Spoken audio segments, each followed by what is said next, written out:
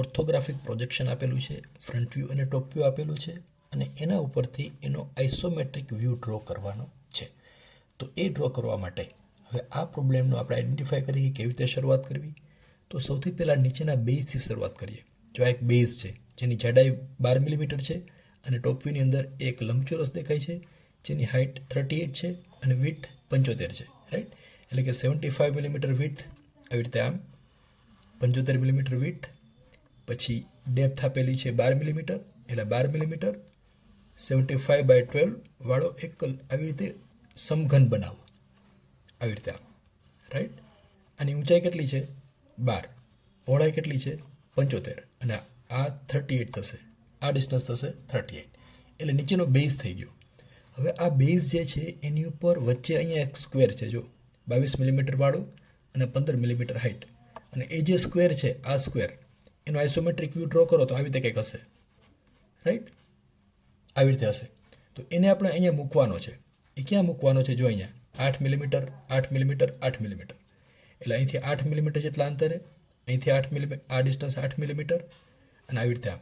એની અંદર આ ક્યુબ છે મૂકવાનો છે, તો આવી રીતે મૂકી શકાય. 8 મિલીમીટરના અંતરે આમ લાઈન ડ્રો કરી દઈએ. પછી અહીંથી ઊભી લાઈન ડ્રો કરો, અહીંથી ઊભી લાઈન, અહીંથી ઊભી લાઈન, આમ આમ આમ અને આમ. મિત્રો, આ રફ કોપી છે, એક્ઝામમાં આ રીતે ડ્રો નથી કરવાનું, આ માત્ર સમજવા માટે છે.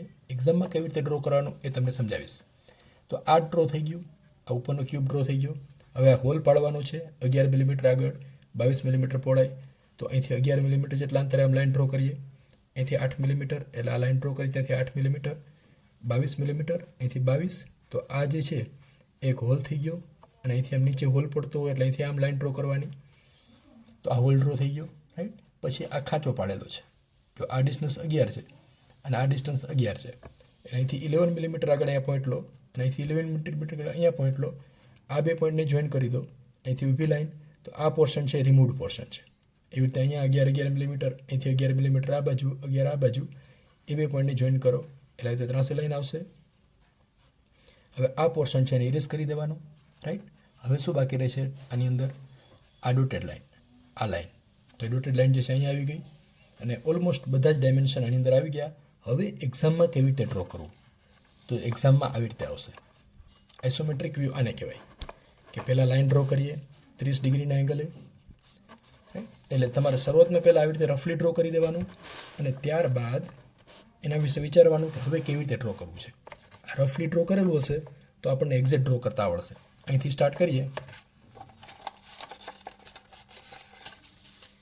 જો અહીંથી ડ્રોઈંગ સ્ટાર્ટ કરો અહીંથી, તો અહીંથી 38 mm વાળી લાઈન ડ્રો કરો.